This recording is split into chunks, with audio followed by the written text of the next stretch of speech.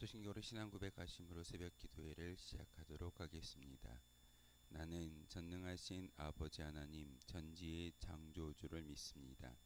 나는 그의 유일하신 아들 우리 주 예수 그리스도를 믿습니다. 그는 성령으로 잉태되어 동정녀 마리아에게서 나시고 본디오 빌라도에게 고난을 받아 십자가에 못 박혀 죽으시고 장사된 지 사흘 만에 죽은 자 가운데서 다시 살아나셨으며 하늘에 오르시어 전능하신 아버지 하나님 우편에 앉아 계시다가 거기로부터 살아있는 자와 죽은 자를 심판하러 오십니다. 나는 성령을 믿으며 거룩한 공교회와 성도의 교제와 죄를 용서받는 것과 몸의 부활과 영생을 믿습니다. 아멘. 찬송가 393장입니다. 찬송가 393장.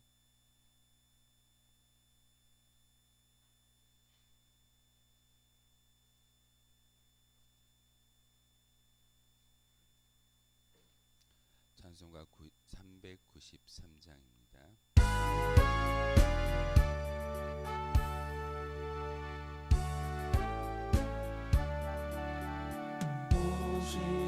신실하신 주 내 아버지여 늘 함께 계시니 두려웠네. 그 사랑 변찮고 날 지키시며 어제나 오늘이 한결같네.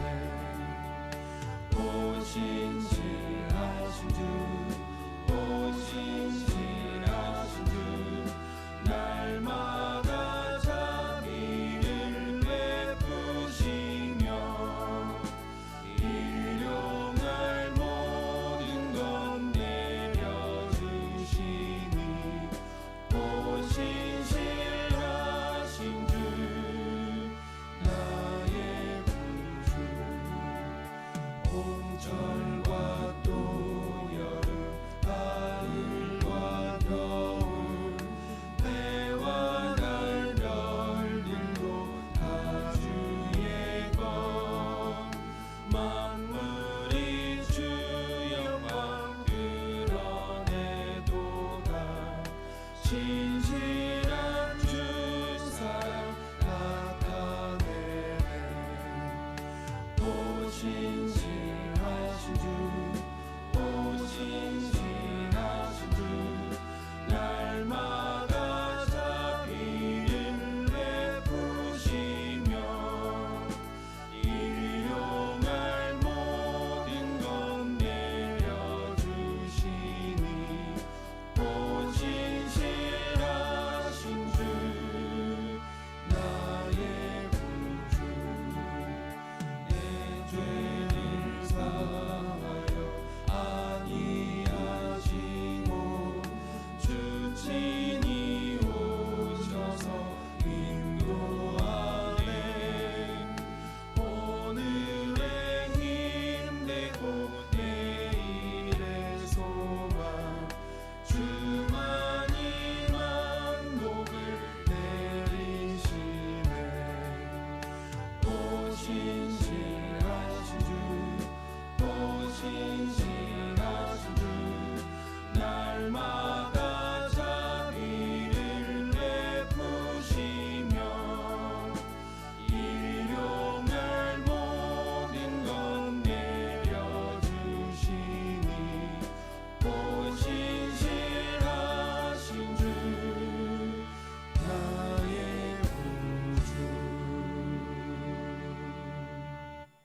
아멘. 함께 보실 하나님 말씀 마가복음 8장의 말씀 보겠습니다. 마가복음 8장 1절에서 13절까지의 말씀입니다. 마가복음 8장 1절에서 13절까지의 말씀 한 절씩 교독으로 하나님 말씀 받들어 읽겠습니다. 그 무렵에 또 큰 무리가 있어 먹을 것이 없는지라 예수께서 제자들을 불러 이르시되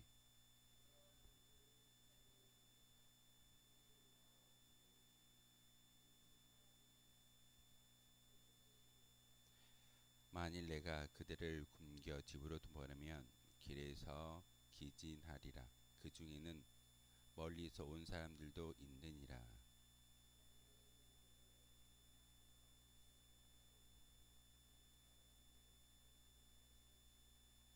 예수께서 물으시되 너희에게 떡 몇 개가 있느냐 이르되 일곱 요로소이다 하거늘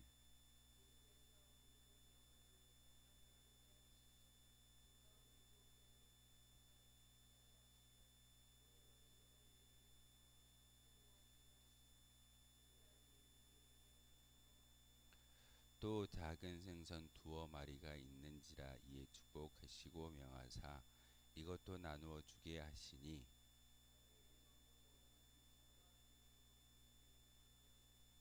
사람은 약 4,000명이었더라. 예수께서 그들을 흩어 보내시고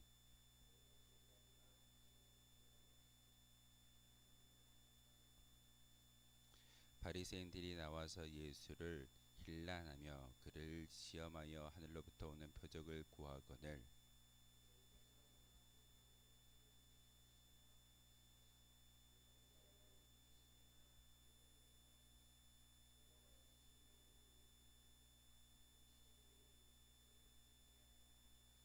함께 읽겠습니다. 그들을 떠나 다시 배에 올라 건너편으로 가시니라. 아멘. 예수님께서 두 번째 기적을 많은 무리들에게 베푸시는 사건이 오늘 질병이어의 사건이고 4,000명이 먹었다라고 이야기하는데 우리 대략 15,000명 정도가 이 무리에 속했다라고 신학자들이 이야기합니다. 예수님께서 오늘 본문을 통해서 특별히 인간을 얼마나 사랑하시는지를 분명하게 보여주고 계시는데 바로 2절과 3절의 말씀을 통해서 예수님의 심정 그리고 예수님이 그 많은 무리들을 어떻게 바라보고 있는가를 다시 한번 깨닫게 하시는 귀한 말씀을 우리에게 들려주고 계십니다. 2절의 말씀에 보면 내가 무리를 불쌍히 여기노라.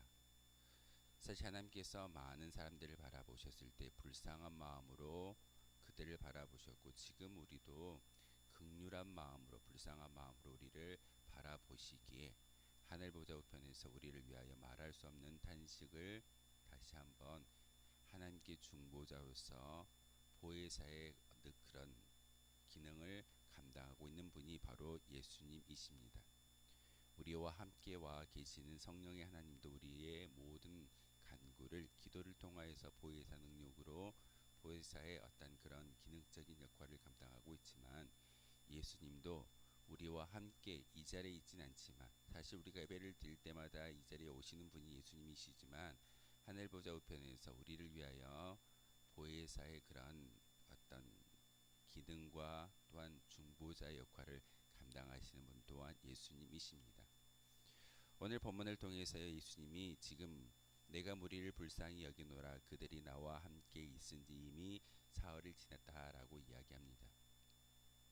데가볼리 지역에서 수많은 어떤 먼 원근 각처에서 예수님의 메시지를 듣기 위해서 몰려 들어왔고 예수님과 함께 사흘 동안 광야에서 예수님의 복음의 메시지를 들었던 수많은 사람들이 있었습니다.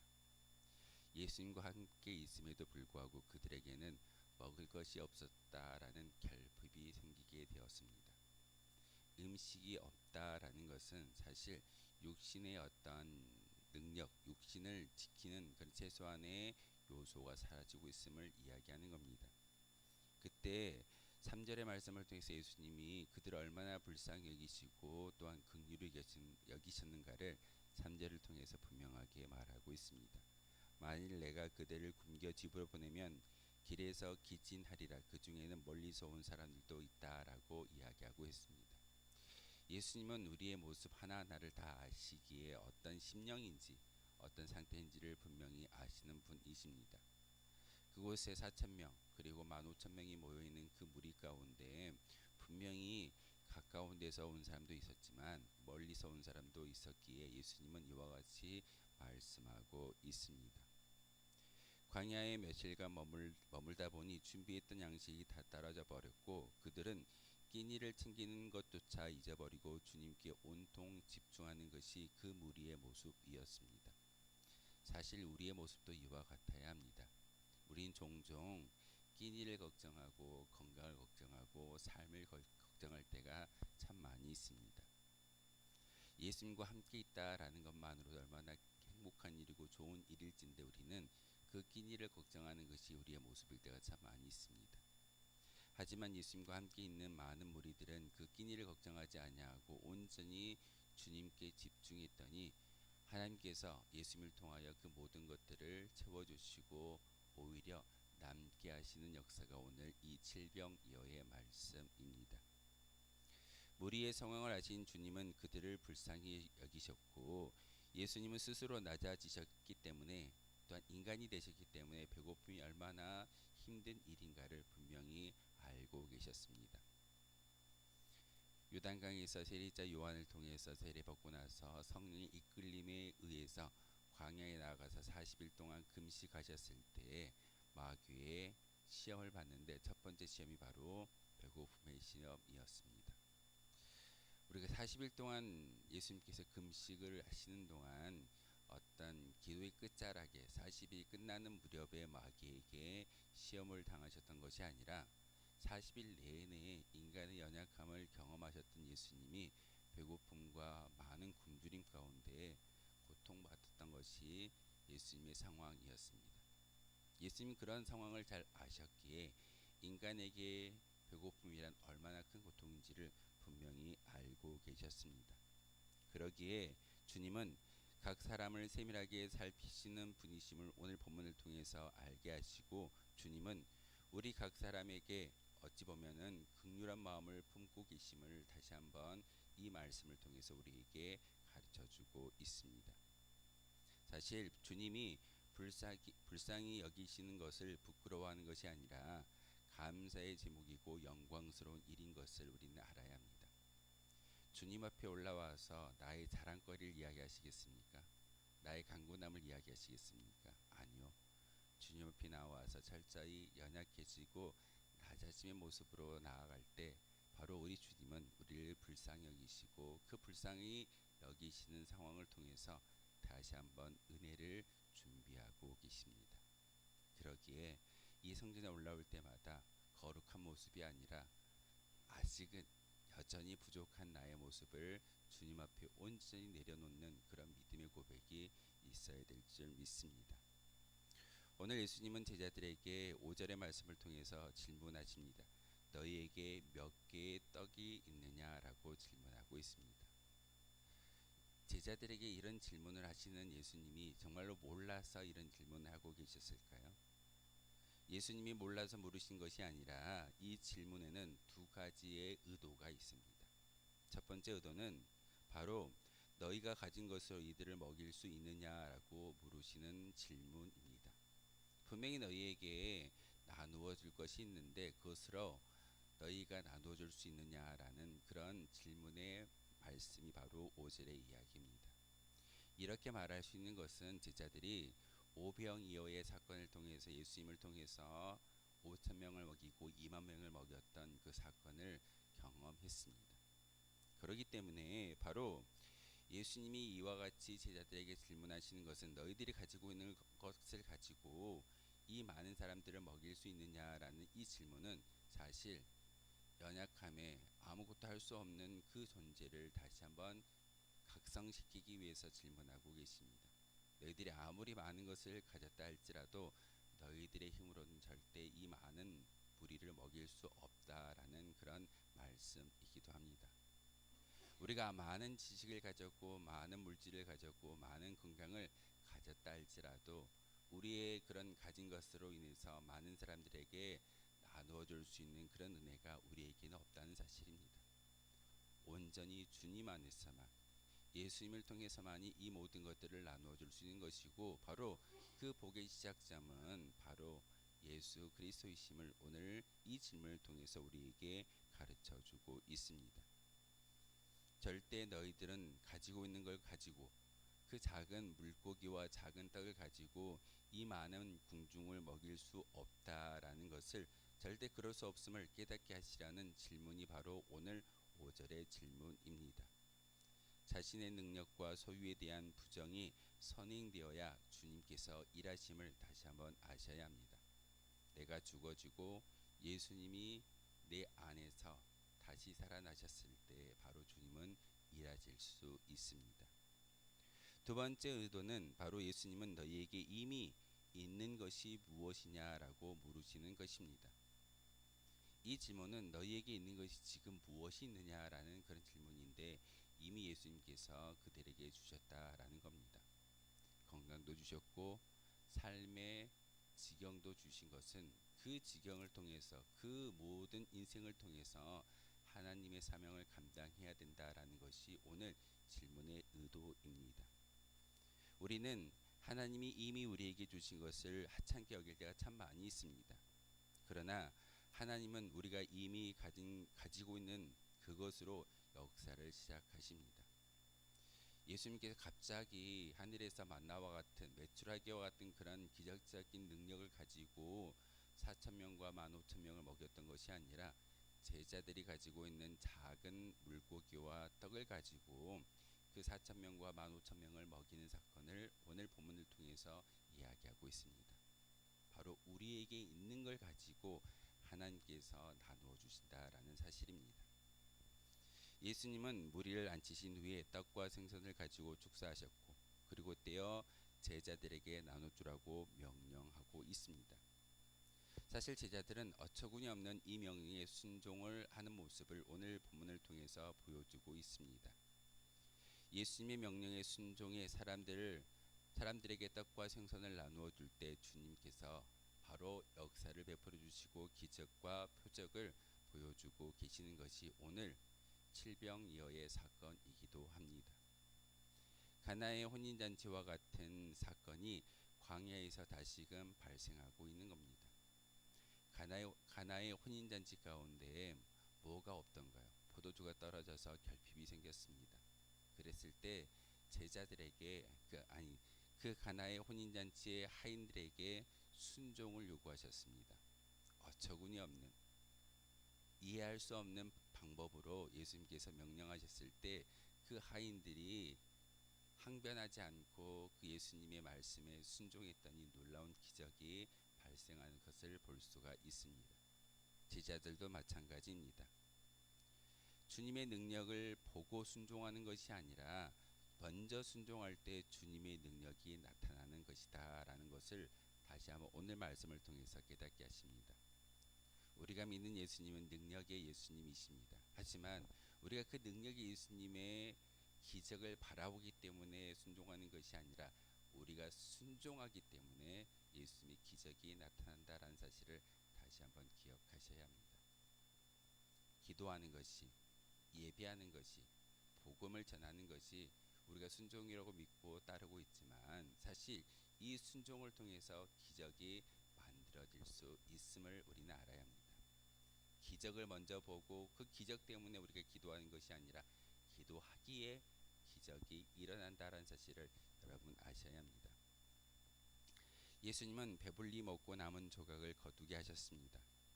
얼마나 많이 남았느냐를 드러내기보다는 하나님이 주신 양식을 소중히 여기고 기억하게 하시려는 의도가 바로 이 말씀 가운데, 이 명령 가운데 있습니다.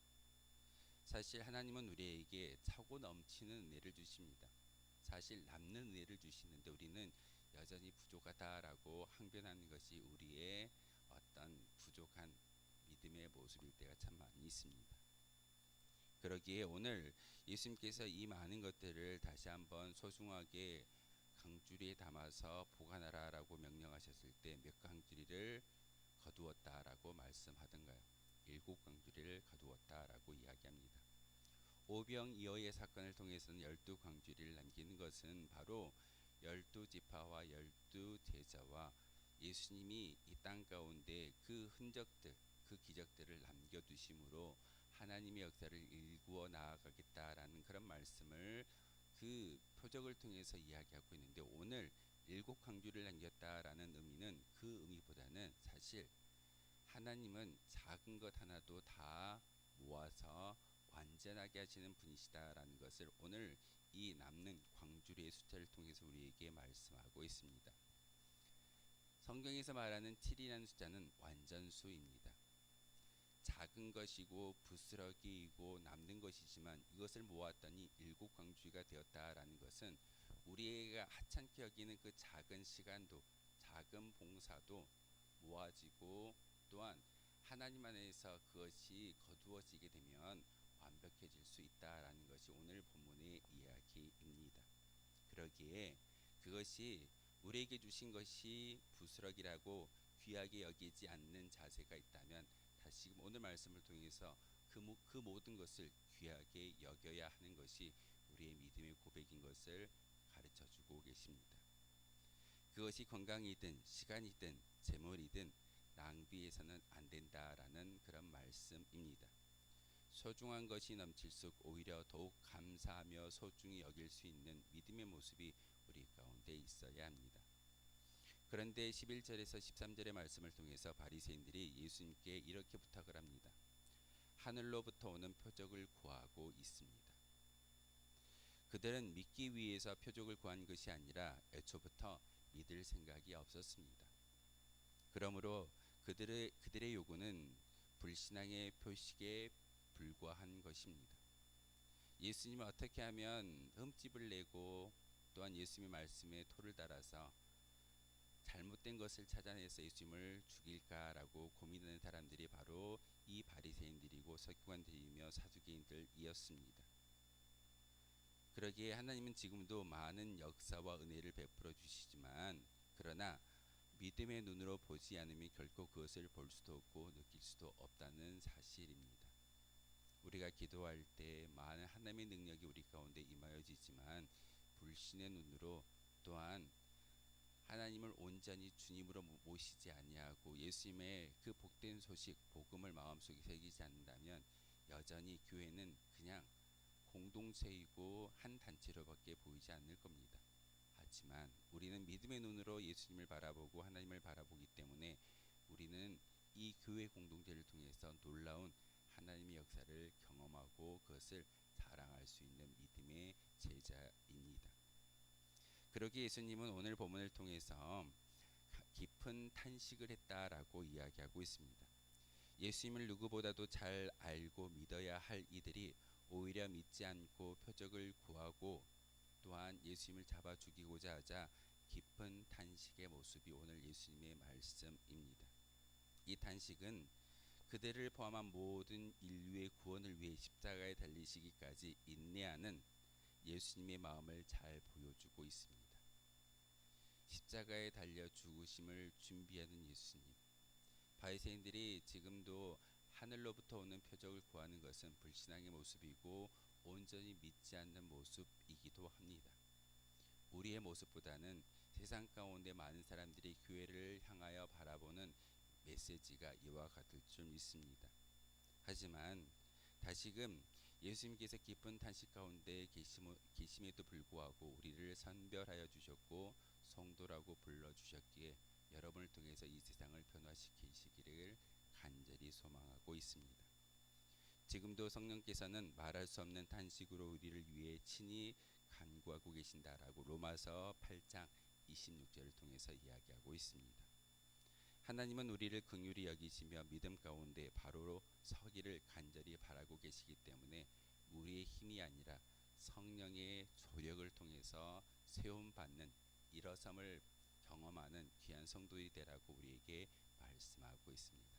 오늘도 칠병이어의 사건을 통해서 우리에게 주는 어찌 보면 하찮게 여기는 그 작은 은혜가 우리 가운데 가득히 채워졌을 때 완벽하게 이루어질 수 있는 것이고 예수님과 함께 있었을 때 우리의 결핍이 아니라 충만함을 통해서 하나님을 찬양하며 자랑할 수 있는 저와 여러분이 될 줄 믿습니다. 다시금 그 예수님 성령님을 마음속에 모시며 기도할 수 있는 저와 여러분 되어 주시기를 주님의 이름으로 소망하겠습니다. 기도하겠습니다. 거룩하신 주님 참으로 감사를 드립니다. 하나님의 은혜 가운데 이 시간 기도하게 하셨고 주님의 성전으로 달려 나올 수 있는 은혜를 주셨습니다. 하나님 오늘도 귀한 말씀 가운데 하루를 살게 하시고 은혜를 주셨사오니 우리의 생명과 우리의 시간을 하나님께 온전히 올려드림으로써 하나님을 찬양할 수 있는 귀한 주님의 백성이 되게 도와주시옵소서. 하나님, 우리가 주님을 불러 기도할 때 우리 심령 가운데 성령의 충만함이 있게 하시고 그 성령의 충만함을 통하여서 오늘 하루도 하나님의 영광만 위해 살아갈 수 있는 저희들 되게 도와주옵소서. 예수 그리스도의 이름으로 기도하옵나이다. 아멘. 하늘에 계신 우리 아버지, 아버지의 이름을 거룩하게 하시며 아버지의 나라가 오게 하시며 아버지의 뜻이 하늘에서와 같이 땅에서도 이루어지게 하소서. 오늘 우리에게 일용할 양식을 주시고 우리가 우리에게 잘못한 사람을 용서하여 준 것 같이 우리 죄를 용서하여 주시고 우리를 시험에 빠지지 않게 하시고 악에서 구하소서. 나라와 권능과 영광이 영원히 아버지의 것입니다. 아멘. 오늘 말씀을 생각하며 기도하도록 하겠습니다.